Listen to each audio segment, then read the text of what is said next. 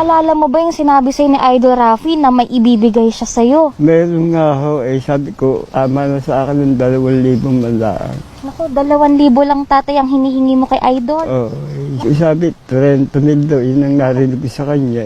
Ito na yung 30,000. Pakayaho naman tanggapin niya. Pa si tatay. Ito, taya. Diyan nila ako ng 5,000, pagkati-hatian yung 25 ho. Naku, naku, napakabait talaga Idol ni Tatay Renato, no? Inaabot na natin yung 30,000.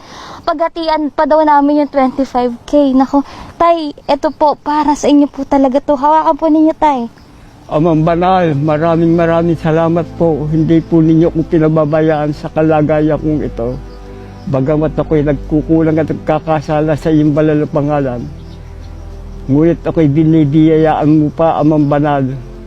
Napakabuti ninyo, Ama, sa isang gaya ko na nagkakasala. Pero sa kabila ng lahat, binibigyan niyo ako ng biyaya at gumagamit kayo ng mga taong kinakasangkapan upang makarating ang iyong tulong na nagbuhat sa mabubuting tao. Maraming salamat sa iyo, Amang banal. Kaya ang lahat ng kabutihan ito ay hinihiling ko po sa pangalan po ni Jesus. Dakila po namin tagapagligtas. Amen.